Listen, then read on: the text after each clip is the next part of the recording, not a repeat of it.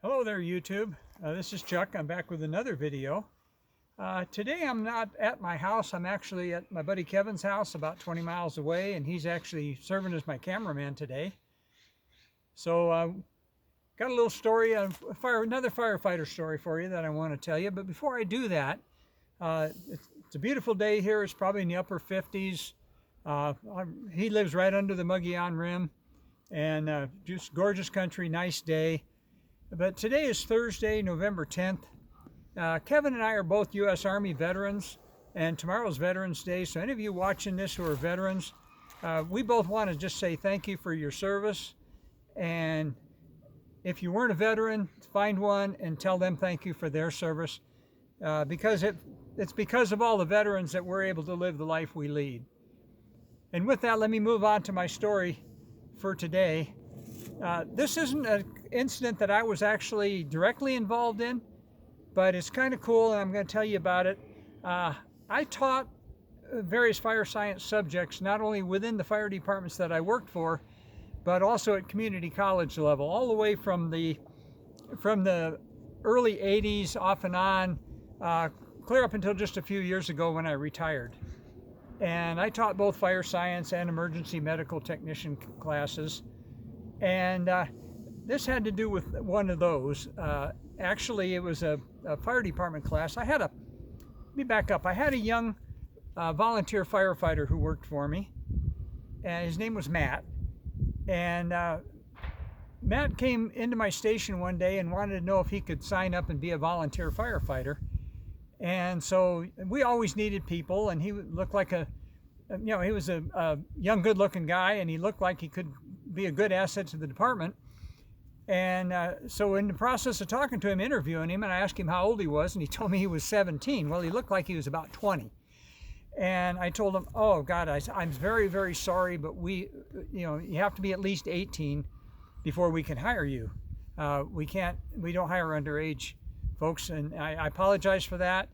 And he said, okay, he understood. And a few months later, he come walking in the door, and he said, I still want to join your department. And I said, well, when did you turn 18? He said, today. So he came in on his 18th birthday and signed up and joined the department. And he was a volunteer firefighter for me for a couple of years. He came from a law enforcement family, and eventually he ended up getting on with the local sheriff's department, but they had a requirement that you had to be 21. And he's still with them today. Actually, he's a sergeant now. This incident happened a number of years ago. And anyway, my story is that every year when it started getting cool in the late summer, early fall, I would give a reminder class to all the firefighters that worked for me about furnace issues and cold weather issues now, because we live in the mountains and we get into the heating season. And one of the issues we used to run into fairly commonly is issues regarding bad furnaces and carbon monoxide poisoning. So every year I would do a refresher class to remind everybody about the hazards of carbon monoxide poisoning, not only for our citizens that we worked for, because we ran a lot of medical calls. And those of you that watch any of my videos know that I've responded to calls in this area as a fire medical guy for over 30 years. So anyway, the guys got to the point where they almost give me a hard time about the annual lecture about carbon monoxide. But in doing this, one of the things about carbon monoxide, if you're not familiar with it, is it's an odorless, colorless, tasteless gas. But if it's something that involves a gas furnace, there are other gases with it that you can smell. But what happens is that after you're there and take a couple of breaths, then you become desensitized to it and you don't smell it anymore. So what you have to do is you have to pay attention to what you smell the very first, when you walk in the door. Because after you're in there for a minute or two, you're not going to smell it anymore. And so I used to remind my guys, pay attention. If you're going on an ill person call and there's more than one person sick, and it's wintertime and everybody's using their furnaces, suspect that there may be a carbon monoxide component involved in it. And quite often there was. Well, in this particular case, Matt he was working as a sheriff's deputy, and he got dispatched to a call, check welfare call at a house not too far away from where I'm standing right now. And he got up there, and it was an old gentleman that was working on the house, and he was there by himself, and his family hadn't heard from him for a few days, and so they finally called the sheriff's department and asked them to go do a check welfare call on him.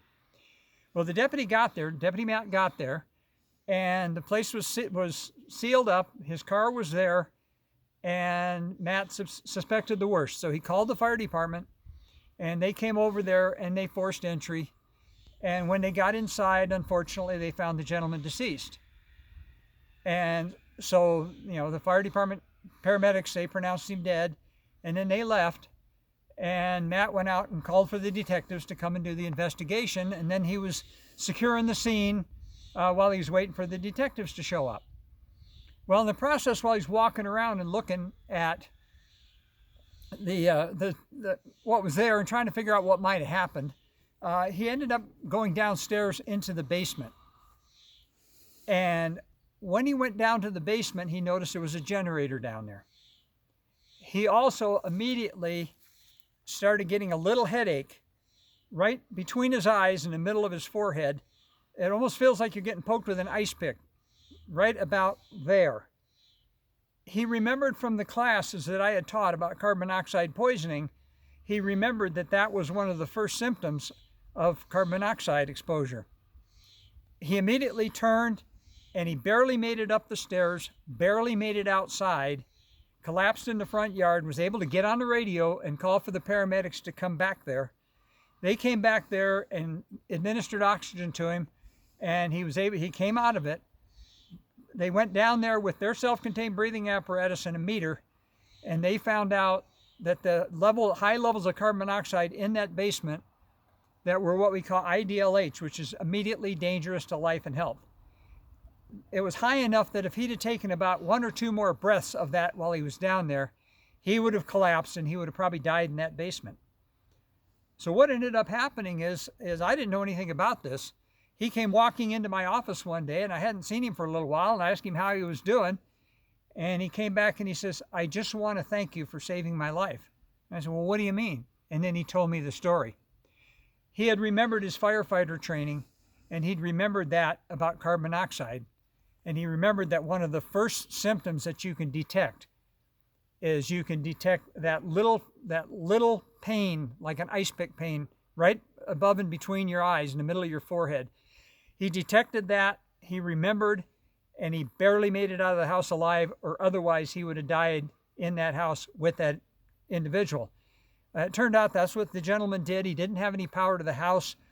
It was wintertime, it was cold and rainy, and for whatever reason, he put the generator in the basement and was running the generator for his electrical power, and of course the generator put out the carbon monoxide, which ultimately ended up killing him.